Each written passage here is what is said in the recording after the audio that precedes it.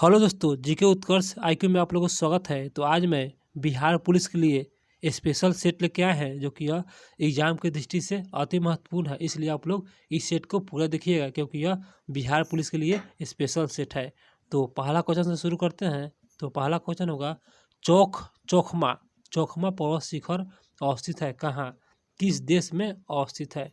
इसका सही आंसर हो जाएगा ऑप्शन ए, यह भारत में अवस्थित है चोखमा पर्वत शिखर। आते हैं अगले क्वेश्चन पे। तो अगला क्वेश्चन होगा दोस्तों, निम्नलिखित में से कौन सा विकल्प सही नहीं है, मतलब गलत है, गलत को चुनना है। तो जो इसका सही आंसर हो जाएगा ऑप्शन सी हो जाएगा, जो कि आइसोबार्थ, जो कि यह गलत है। और गलत को नहीं देखेंगे, सही विकल्प को देखेंगे। तो सही को देखेंगे आइसो हाइट, जो कि यह वार्षा की समान मात्रा वाले स्थानों को मिलाने वाली रेखा को क्या कहते हैं, आइसो हाइट कहते हैं। और बी में है दोस्तों आइसो फाइट, यह जो है वनस्पतियों की समान ऊंचाई वाले स्थानों को मिलाने वाली रेखा को क्या कहते हैं, आइसोफाइट कहते हैं। और डी में है आइसोथर्म, जो कि समान तापमान वाले क्षेत्र को प्रदर्शित करने वाले रेखा को क्या कहते हैं, आइसोथर्म कहते हैं। यहाँ पर लिखा था सही नहीं है, जो कि इसका आंसर सी हो जाएगा, जो कि सही नहीं है। दोस्तों, मेरे चैनल को अभी तक सब्सक्राइब नहीं किए हैं तो कर लीजिएगा, और लाइक भी एक बार कर दीजिएगा। आप लोग नहीं करते हैं, भूल जाते हैं, इसलिए आप लोग, मेरे वीडियो अच्छा लग रहा है तो मेरे चैनल को सब्सक्राइब जरूर कीजिएगा।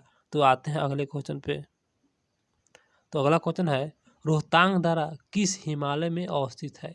तो इसका सही आंसर हो जाएगा ऑप्शन बी, यह लघु हिमालय में अवस्थित है क्या, तो रोहतांग दर्रा।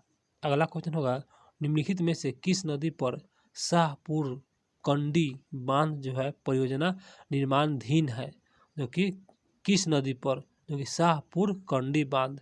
दोस्तों, इस वीडियो को पूरा देखिएगा, ताकि जो भी क्वेश्चन होगा सिलेक्टेड क्वेश्चन लेके आए हैं, और वीडियो को स्किप नहीं कीजिएगा, पूरा देखिएगा। तो यहाँ पर लिखा है दोस्तों, शाहपुर कंडी बांध परियोजना का निर्माणाधीन। तो इसका सही आंसर हो जाएगा, इसका आंसर डी हो जाएगा, जो कि रावी नदी पर यह बांध जो है अवस्थित है।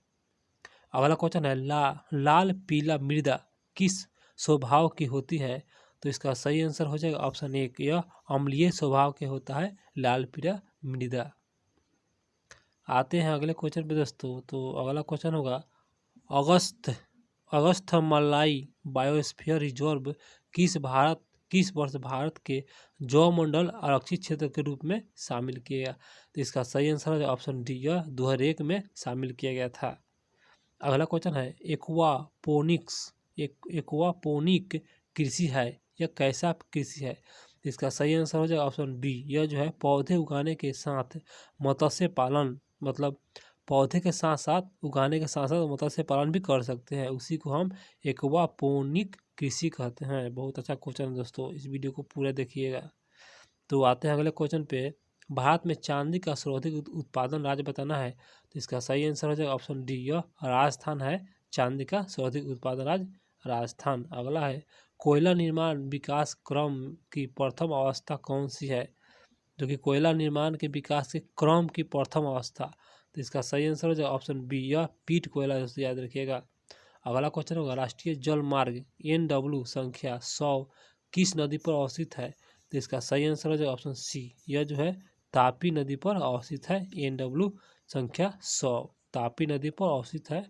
उसके बाद आते हैं अगले क्वेश्चन पर दोस्तों। तो अगला क्वेश्चन है, 2001 की जनगणना के अनुसार भारत की दशकीय जनसंख्या वृद्धि दर रही है, जो कि 2001 के जनगणना के अनुसार। इसका सही आंसर हो जाएगा ऑप्शन एक हो जाएगा दोस्तों, 17.72%।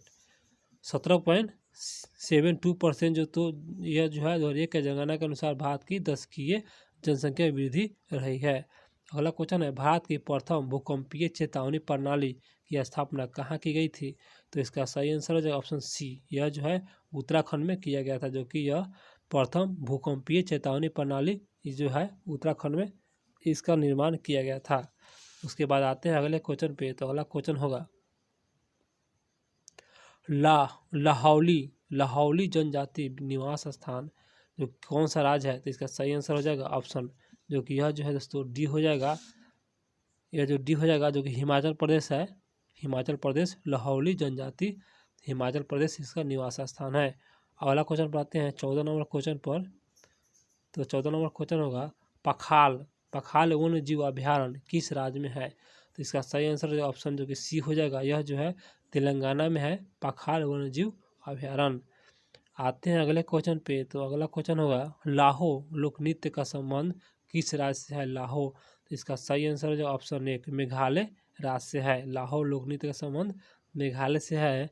अगला क्वेश्चन पर आते हैं। तो ताम्रपाषाण कालीन संस्कृति के विलुप्त होने का प्रमुख कारण था? तो इसका सही आंसर हो जाएगा ऑप्शन बी, यह जो है सूखा। यह जो है ना दोस्तों विलुप्त होने का यही प्रमुख कारण था, ताम्रपाषाण कालीन यह सूखा। अगले क्वेश्चन पर आते हैं। तो अगला क्वेश्चन होगा ऋग्वैदिक आर्य निम्नलिखित में से किस पशु से जो परिचित नहीं थे? जो कि ऋग्वैदिक आर्य, उस पशु को नाम बताना है। तो इसका आंसर बी हो जाएगा घोड़ा। घोड़ा दोस्तों यह जो है ऋग्वैदिक आर्य से जो है यह पशु से परिचित नहीं थे। इसका आंसर बी हो जाएगा घोड़ा। तो अगला क्वेश्चन है महात्मा बुद्ध के समय सबसे शक्तिशाली महाजनपद कौन था? जो कि महात्मा बुद्ध के समय, तो इसका सही आंसर जो ऑप्शन बी यह वज्जी। वज्जी जो है दोस्तों यह महाजनपद है जो कि महात्मा बुद्ध के समय सबसे शक्तिशाली यही था वज्जी, जो कि इसका राजधानी वैशाली है। अगला क्वेश्चन होगा धनुधारी प्रकार का सिक्का किस गुप्त शासक द्वारा चलाया गया था? तो इसका सही आंसर हो जाएगा ऑप्शन सी, यह समुद्रगुप्त द्वारा चलाया गया था। आते हैं अगले क्वेश्चन पे। तो अगला क्वेश्चन है कांस्य मूर्ति बनाने में महारत हासिल था? तो दोस्तों इसका सही आंसर हो जाएगा ऑप्शन 1 हो जाएगा, जो कि यह पाल कलाकारों को यह होता है। कांस्य मूर्तियों बनाने में महारत हासिल था, जो कि पाल जो है ना पाल वंश जो थे वह कलाकारों में यही समय था। वही जो है ना पाल जो वंश थे ना वही कांस्य मूर्ति बनाने में जो कि महारत हासिल करता था। अगला क्वेश्चन होगा दिल्ली सल्तनत के किस सुल्तान द्वारा खुद को रैयत अल्लाह कहा गया? तो इसका सही आंसर हो जाएगा ऑप्शन बी हो जाएगा, यह खिजर खां द्वारा दोस्तों, जो कि दिल्ली सल्तनत के किस सुल्तान द्वारा? तो खिजर खां द्वारा खुद को क्या कहा? रैयत अल्लाह कहा। आते हैं अगले क्वेश्चन पे। तो अगला क्वेश्चन होगा विजयनगर साम्राज्य के किस शासक को 3 समुद्र का स्वामी कहा गया? तो इसका सही आंसर हो जाएगा ऑप्शन जो कि सी हो जाएगा, यह बुका प्रथम को जो कि 3 समुद्रों का स्वामी कहा गया था, बुका प्रथम को। दोस्तों अभी तक मेरे चैनल को सब्सक्राइब नहीं किया तो कर लीजिएगा। आप लोग भूल जाते हैं, वीडियो अच्छा लगेगा तो मेरे चैनल को सब्सक्राइब जरूर कीजिएगा। तो अगला क्वेश्चन है शेर शाह सूरी का गख्खर जनजाति से युद्ध कब हुआ? इसका सही आंसर जो ऑप्शन 1, यह जो है 1541 में हुआ था, जो कि गख्खर जनजाति से हुआ था। शेर शाह सूरी का जो कि युद्ध हुआ था 1541 में। अगला क्वेश्चन है सूर्यास्त का नियम कब लागू किया गया? तो इसका सही आंसर है ऑप्शन बी, यह है 1794 ईस्वी में लागू किया गया था सूर्यास्त का नियम 1794। आते हैं अगले क्वेश्चन पे। तो निम्नलिखित में से कौन सा विकल्प सही नहीं है मतलब गलत है? तो यहाँ पर लिखा है दोस्तों समाचार पत्र और यहाँ पर संपादक लिखा हुआ है। तो यह जो है कौन सा सही नहीं है? तो इसका आंसर बी हो जाएगा, जो कि दर्पण, जो कि यह गलत है। और जो दर्पण के संस्थापक जो है दीनबंधु मित्र हैं दर्पण के। और आगे देखते हैं जो सही है उसको देखते हैं, यहाँ तो गलत है। तो नेविटी ओपिनियन जो कि वीएन मांडलिक द्वारा यह संपादक है। और सी में है नेशनल हेराल्ड, जो कि यह जी सुब्रमण्यम अय्यर द्वारा यह समाचार पत्र यह समाहित है। और डी में है प्रताप, जो कि गणेश शंकर विद्यार्थी। तो यहाँ पर लिखा है नहीं, गलत। तो इसका आंसर हो जाएगा जो कि सी हो। दोस्तों सॉरी, इसका आंसर दोस्तों फिर से मिलाते हैं, तो मिलाने में मिस्टेक हो गया था। तो यहाँ पर समाचार पत्र यहाँ पर संपादक है जो कि सही नहीं बता रहा है। तो इसका आंसर सी हो जाएगा दोस्तों, सी गलत है, बाकी सब सही है। नेविटी ओपिनियन नेटिव ओपिनियन जो कि वीएस मांडलिक द्वारा यह समाचार पत्र जो है यह संपादक किया गया था। और बी में है दर्पण, जो कि बाल शास्त्री द्वारा किया गया था। और डी में है प्रताप, जो कि गणेश शंकर विद्यार्थी द्वारा यह समाचार पत्र जो संपादक का नाम है। यहाँ पर लिखा है गलत, इसका आंसर सी हो जाएगा जो कि गलत है। आते हैं दोस्तों अगले क्वेश्चन पे। तो अगला क्वेश्चन होगा कांग्रेस के किस अधिवेशन में राष्ट्रीय नियोजन समिति का गठन किया गया था? कांग्रेस के किस अधिवेशन में? तो इसका सही आंसर है ऑप्शन सी, यह 1938 में हरिपुरा अधिवेशन में जो हुआ था ना, राष्ट्रीय नियोजन समिति का गठन किया गया था 1938 38 हरिपुरा। अगला है आर्य समाज का स्थापना किस स्थान पर किया गया था, जो कि आर्य समाज का स्थापना, तो इसका सही आंसर हो जाएगा ऑप्शन बी, यह जो है बम्बई में किया गया था। आर्य समाज की स्थापना बम्बई में किया गया था। अगला क्वेश्चन होगा भारतीय व्यय की जांच के लिए बेलवी आयोग का गठन जो है वायसराय के समय हुआ था। किस वायसराय के समय हुआ था बेलवी आयोग का गठन, तो इसका सही answer option C, Lord Elgin द्वितीय के समय हुआ था। आते हैं दोस्तों अगले क्वेश्चन पे। तो अगला क्वेश्चन होगा सुभाष चंद्र बोस द्वारा स्वतंत्र भारत के अस्थायी सरकार का गठन कहाँ किया गया था, जो कि अस्थायी सरकार, इसका सही आंसर हो जाएगा ऑप्शन डी, यह सिंगापुर में किया गया था। अगला क्वेश्चन है निम्नलिखित में से किस के द्वारा भारत सेवक मंडल की स्थापना किया गया था, इसका सही आंसर हो जाएगा ऑप्शन डी, यह जो है जीके गोखले द्वारा किया गया था। भारत सेवा मंडल की स्थापना जीके गोखले। आते हैं अगले क्वेश्चन पे। तो अगला क्वेश्चन होगा हाल ही में अस्कोट वन्य जीव अभ्यारण्य इको सेंसिटिव जोन घोषित हुआ, यह किस राज्य में है, इसका सही आंसर ऑप्शन बी, यह उत्तराखंड राज्य में है। दोस्तों इसमें कुछ करंट है जो कि अच्छा है एग्जाम की दृष्टि से, ताकि दोस्तों बिहार पुलिस में कुछ करंट भी पूछता है, इसलिए आप लोग इस वीडियो को पूरा देखिएगा। कुछ करंट है जो कि नया नया करंट है और बहुत वेरी वेरी इंपॉर्टेंट करंट है इसमें, तो इसको भी देखिएगा, ज़्यादा नहीं है करंट। तो आते हैं हाल ही के दिनों में कौन सा अंतरिक्ष एजेंसी पृथ्वी अवलोकन उपग्रह EOS-04 का प्रक्षेपण किया गया था, जो कि हाल ही में जो कि कौन सा अंतरिक्ष एजेंसी द्वारा, तो एजेंसी के नाम बताना है, इसका आंसर सी हो जाएगा, इसरो द्वारा किया गया था। EOS-04 प्रक्षेपण इसरो द्वारा, जो कि इसका आंसर सी हो जाएगा। आते हैं दोस्तों अगला क्वेश्चन पे। तो अगला क्वेश्चन होगा हाल ही में किस देश में दुनिया का सबसे लंबा सस्पेंशन ब्रिज खुला है, सस्पेंशन ब्रिज, इसका सही आंसर जो ऑप्शन बी, यह चेक गणराज्य। अगला है कौन सा देश भारत के लिए उर्वरकों का सबसे बड़ा आपूर्तिकर्ता बन गया है, वो कौन सा देश जो कि भारत के लिए, तो इसका सही आंसर हो जाएगा ऑप्शन डी, यह रूस है, जो कि भारत के लिए उर्वरकों का सबसे बड़ा आपूर्तिकर्ता बन गया है रूस। आते हैं दोस्तों अगले क्वेश्चन पे। तो अगला क्वेश्चन होगा हाल ही में भारत के द्वारा प्रलय मिसाइल का परीक्षण किया गया था, किस राज्य की तट पर, तो आइए देखते हैं ऑप्शन से। तो दोस्तों इसका सही आंसर हो जाएगा जो कि यह जो है इसका आंसर डी हो जाएगा, उड़ीसा के तट से यह प्रक्षेपण किया गया था। अगला क्वेश्चन है निम्नलिखित में से किसे नोबेल पुरस्कार 2022 में रसायन के क्षेत्र में नहीं मिला था, जो कि रसायन के क्षेत्र में दिया गया था और जो कि रसायन के क्षेत्र में नहीं मिला था उसको चुनना है, तो इसका आंसर एक हो जाएगा फिलिप डायबिक, जो कि इनको रसायन के क्षेत्र में नहीं दिया गया था। जिनको रसायन के क्षेत्र में दिया गया था उसको देखते हैं, कैरोलिन बटोजी, इसको रसायन में दिया गया था, और मोटर मेल्डल इसको भी रसायन के क्षेत्र में दिया गया था, और बोरी सर्पलेस इनको भी 2022 में रसायन के क्षेत्र में दिया गया था। तो अगला क्वेश्चन पर आते हैं।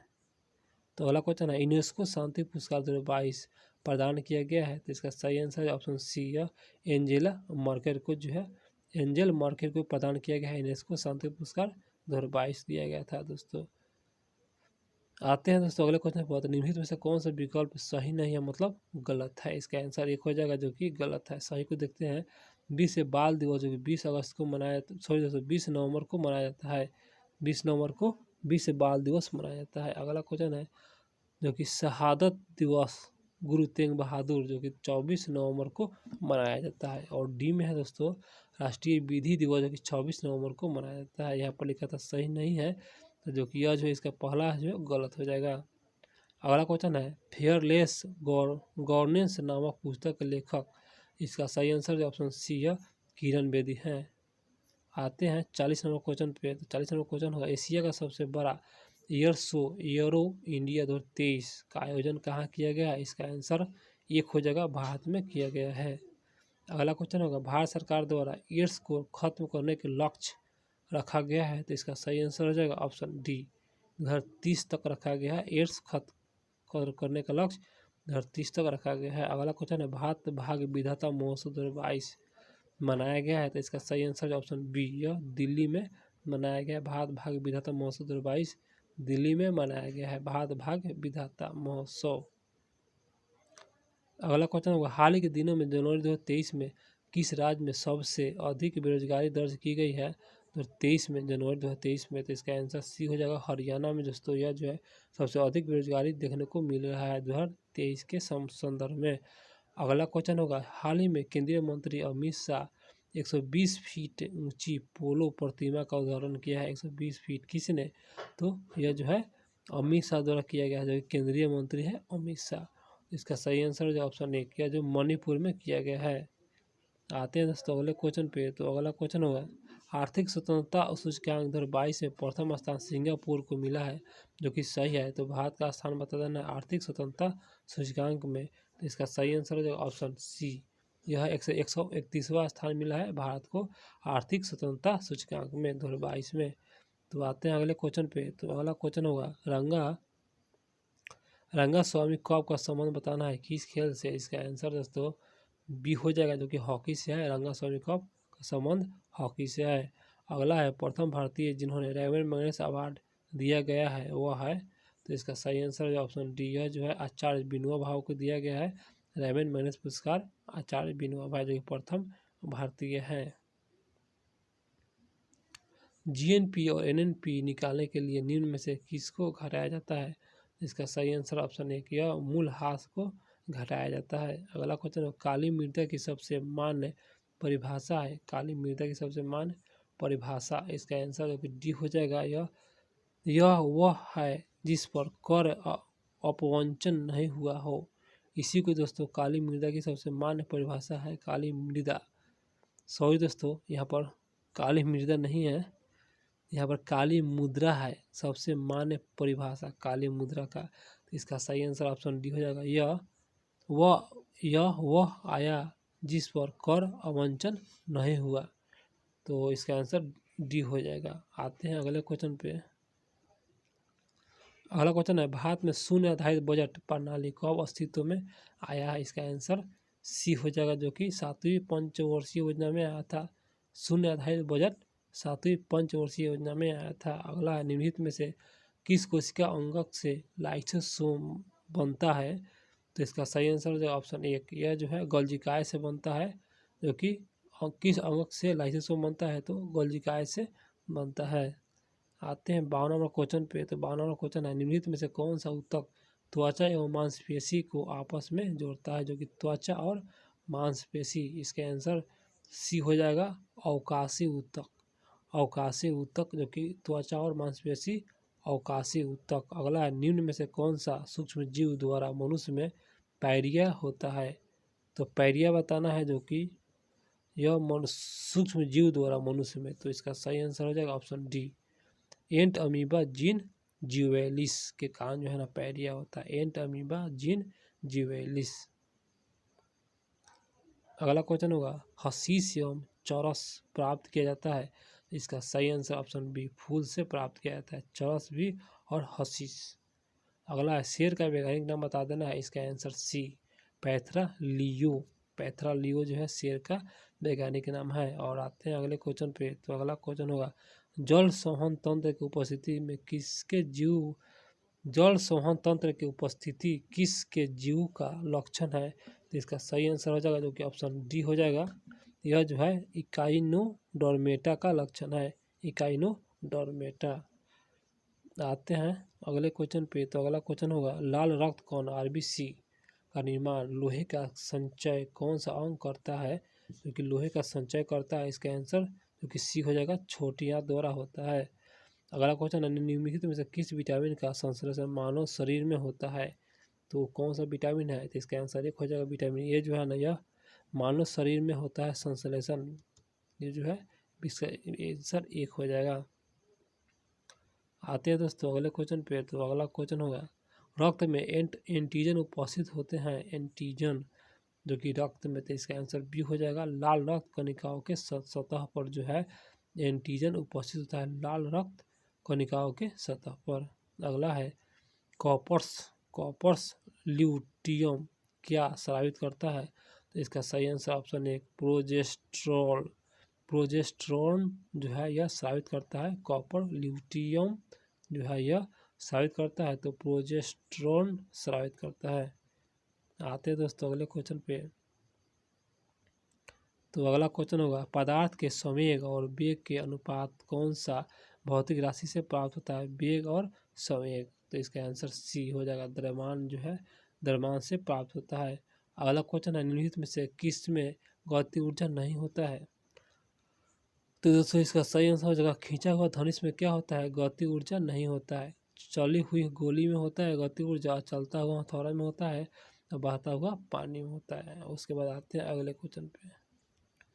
तो अगला क्वेश्चन है, वर्षा की बूंद गोलाकार होता है, इसका कारण क्या है दोस्तों? तो इसका यही कारण है, जो कि यह जो है इसका आंसर एक हो जाएगा, सतह तनाव के कारण जो है ना वर्षा के बूंद क्या होते हैं?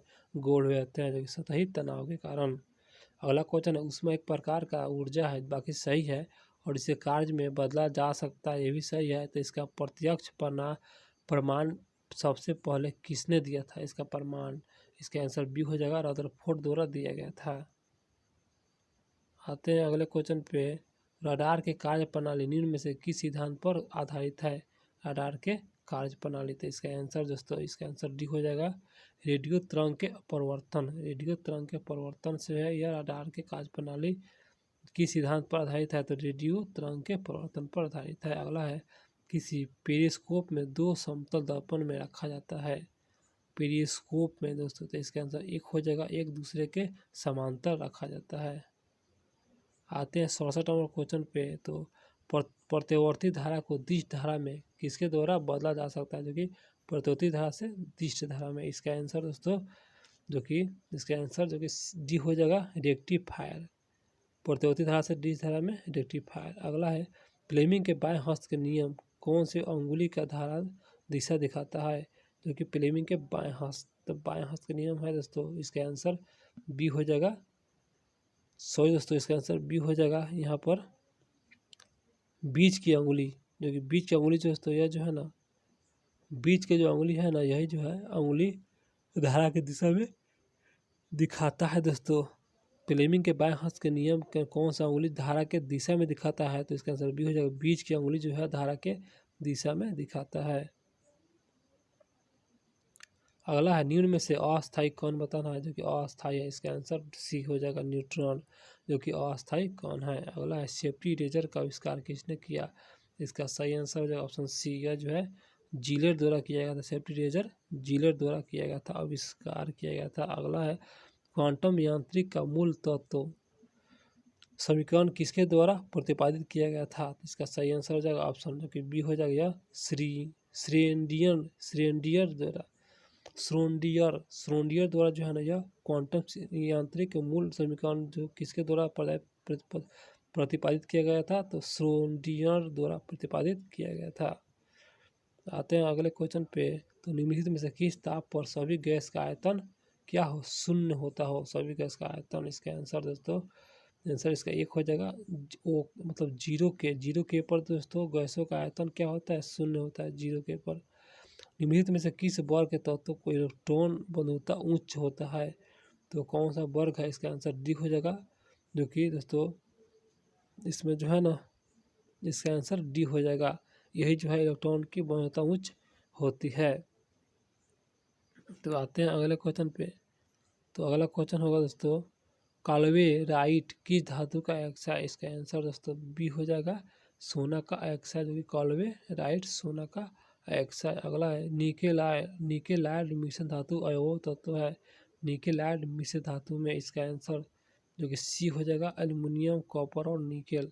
एल्युमिनियम, कॉपर और निकेल। अगला है, निम्नलिखित में से किस देश में ब्लू आइस पाया जाता है? जो कि ब्लू आइस, इसका आंसर दोस्तों बी हो जाएगा, जो कि ग्रीनलैंड में पाया जाता है। ब्लू आइस ग्रीनलैंड में पाया जाता है। ये भी बहुत अच्छा क्वेश्चन था दोस्तों। और आते हैं अगला क्वेश्चन है, ग्रीन हाउस प्रभाव को क्या अभिप्राय है? दोस्तों इसका यही अभिप्राय है, वायुमंडलीय गैसों के कारण सौर ऊर्जा को क्या करना? रोकना।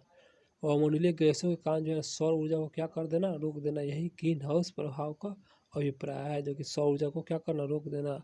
सीमेंट का रासायनिक संयोजन क्या है? इसका आंसर दोस्तों, जो कि यह बी हो जाएगा, चूना, पत्थर, मिट्टी और जिप्सम। सीमेंट का रासायनिक संयोजन होता है चूना, पत्थर, मिट्टी और जिप्सम, चूना पत्थर मिट्टी और जिप्सम। आते हैं दोस्तों अगले क्वेश्चन पे। तो अगला क्वेश्चन होगा विनेगर किससे बना है? विनेगर, इसका आंसर दोस्तों एक हो जाएगा एसिटिक एसिड से बना है विनेगर। अगला क्वेश्चन है निम्नलिखित में से कौन सा एक विस्फोटक नहीं है? तो इसका सही आंसर ऑप्शन एक हो जाएगा नाइट्रोक्लोरोफॉर्म, जो कि यह विस्फोटक नहीं है। अगला है विधायिका में अध्यक्ष पद की भूमिका का प्रावधान किस देश से ग्रहण किया गया है? जो कि विधायिका में अध्यक्ष पद की भूमिका का प्रावधान, तो इसका सही आंसर ऑप्शन सी हो जाएगा, ब्रिटेन से लिया गया है। जो कि यह जो है ना अध्यक्ष पद की भूमिका ब्रिटेन से लिया गया है। आते हैं दोस्तों अगले क्वेश्चन पे। तो अगला क्वेश्चन होगा भू राजस्व या लगान विषय है? तो इसका सही आंसर है ऑप्शन बी, यह राज्य सूची का विषय है। भू राजस्व जो लगान है यह राज्य सूची का विषय है। अगला आर्थिक नियोजन के लिए मंत्रिपरिषद के प्रति उत्तरदायी संगठन की अनुशंसा किस समिति द्वारा किया गया था? इसका आंसर सी हो जाएगा, नियोजन आयोग द्वारा किया गया था। नियोगी आयोग द्वारा किया गया था। अगला है प्रोटेम स्पीकर को शपथ ग्रहण करने के द्वारा करवाया जाता है। जबकि प्रोटेम स्पीकर को शपथ ग्रहण किसके द्वारा करवाया जाता है दोस्तों? इसका आंसर बी हो जाएगा, राष्ट्रपति द्वारा करवाया जाता है। याद रखिए दोस्तों, राष्ट्रपति द्वारा करवाया जाता है। आते हैं अगले क्वेश्चन पे। तो अगला है राष्ट्रीय मानवाधिकार आयोग के किस मंत्रालय के अधीन कार्यरत है? तो इसका आंसर जो कि सी हो जाएगा, सामाजिक न्याय और अधिकारिता मंत्रालय द्वारा यह अधीन है, सामाजिक न्याय और अधिकारिता मंत्रालय। अगला है वरीयता के अनुक्रम को निर्वाचन आयुक्त के ठीक ऊपर कौन आता है? तो इसका सही आंसर ऑप्शन डी हो जाएगा, उच्चतम न्यायालय के न्यायाधीश आते हैं। जो कि यह मुख्य निर्वाचन के आयुक्त के ठीक ऊपर कौन आता है, वरीयता के क्रम में बताना था। आते हैं दोस्तों अगले क्वेश्चन पे। तो अगला क्वेश्चन होगा कि संविधान संशोधन के तहत अनुसूचित जाति तथा जनजाति के सदस्य के लिए सरकारी नौकरी में पदोन्नति लागू होने वाले आरक्षण परिणामिक जो कि वरिष्ठता के साथ लागू होने की व्यवस्था की गई है। तो इसका सही आंसर हो जाएगा ऑप्शन जो कि डी बी हो जाएगा, 85वां जो है ना संविधान संशोधन के तहत अनुसूचित जाति और जनजाति के सदस्यों के लिए सरकारी नौकरी में पदोन्नति में लागू होने के आरक्षण प्रणाली वरिष्ठता के साथ लागू किया गया है। आते हैं अगले क्वेश्चन पर दोस्तों। तो दोस्तों इसका सही आंसर हो जाएगा 86 का आंसर डी हो जाएगा, उच्चतम न्यायालय के न्यायाधीश जो है ना यह जो है मुख्य निर्वाचन आयुक्त के ठीक ऊपर आता है। आते हैं दोस्तों अगले क्वेश्चन पे। तो अगला क्वेश्चन होगा, तो ये तो क्वेश्चन हो चुका है। अगला क्वेश्चन होगा यहाँ पर लिखा है, ये तो फिर पढ़ा देते हैं एक बार कि संविधान संशोधन के तहत अनुसूचित जाति तथा जनजाति के सदस्यों के लिए सरकारी नौकरी में पदोन्नति लागू होने वाले आरक्षण परिणामिक वरिष्ठता के साथ लागू होने का व्यवस्था किया गया है। इसका सही आंसर हो जाएगा ऑप्शन जो कि बी हो जाएगा, 85वां है। वैसे अगला क्वेश्चन होगा बिहार में लोकायुक्त की स्थापना किस वर्ष हुआ है? स्थापना जो कि वर्ष क्या है, किस वर्ष बिहार में लोकायुक्त की स्थापना? इसका सही आंसर हो जाएगा जो कि ऑप्शन सी हो जाएगा, 1973 में हुआ था। आते हैं अगले क्वेश्चन पे। तो अगला क्वेश्चन है 10वीं अनुसूची के उपबंधों को प्रभावी बनाने में शक्ति किस में होती है? तो इसका सही आंसर हो जाएगा दोस्तों ऑप्शन जो कि यह जो डी हो जाएगा, सम्मानित सदन के अध्यक्ष को होता है। 10वीं अनुसूची के उपबंधों को प्रभावी बनाने की शक्ति किस में होती है? तो यह सम्मानित सदन के अध्यक्ष को होता है। अगला क्वेश्चन होगा केंद्रीय सूचना आयुक्त की कार्यकाल बताना है। तो इसका सही आंसर ऑप्शन डी, यह जो है 5 या 65 वर्ष होना चाहिए केंद्रीय सूचना आयुक्त के कार्यकाल। अगला है निम्न में से नागरिक के, दोस्तों कहने का तात्पर्य यह है कि 5 वर्ष या 65 वर्ष जो भी पहले हो वह पूरा हो जाना चाहिए, यही है इसका कहने का तात्पर्य सूचना आयुक्त के कार्यकाल। अगला क्वेश्चन है निम्न में से कौन सा नागरिकता के अर्जन हेतु शर्तों को नियम करने के लिए सक्षम है? तो इसका सही आंसर हो जाएगा ऑप्शन बी, यह इसका आंसर बी हो जाएगा, संसद जो है ना नागरिक के अर्जन हेतु शर्तों को नियत करने के लिए सक्षम है। आते हैं 92 नंबर क्वेश्चन पे। तो जब न्यायालय को लगता है कि वह कोई व्यक्ति ऐसे पद पर नियुक्ति हो जिस पर उसका कोई कानून हक नहीं है, ऐसी स्थिति में न्यायालय द्वारा कौन सी रीट जारी किया जा सकता है दोस्तों। तो इसका सही आंसर हो जाएगा ऑप्शन डी, अधिकार पृष्ठ यह जो है जारी किया जा सकता है उस व्यक्ति के लिए अधिकार पृष्ठ।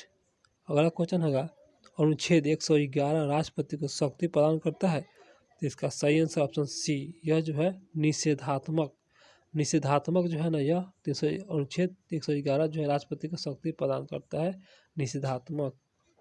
आते हैं अगले क्वेश्चन पे। तो अगला क्वेश्चन होगा, केंद्रीय कैबिनेट सचिवालय किसके अधीन होता है। तो इसका सही आंसर ऑप्शन सी, यह जो है प्रधानमंत्री के अधीन होता है केंद्रीय कैबिनेट सचिवालय।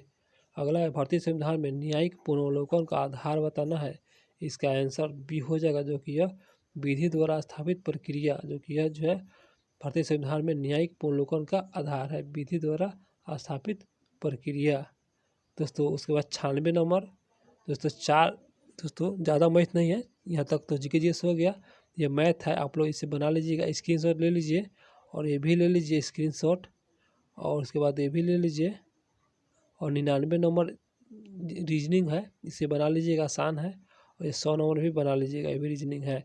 दोस्तों मेरा क्वेश्चन हुआ समाप्त। तो मेरे वीडियो अच्छा लगा हो तो मेरे चैनल को सब्सक्राइब जरूर कीजिएगा और लाइक भी एक बार कर दीजिएगा। आप लोग नहीं करते हैं, भूल जाते हैं। अच्छा लगे तो मेरे चैनल को सब्सक्राइब जरूर कीजिएगा। दोस्तों अगले वीडियो में फिर मिलते हैं अगला सेट लेकर।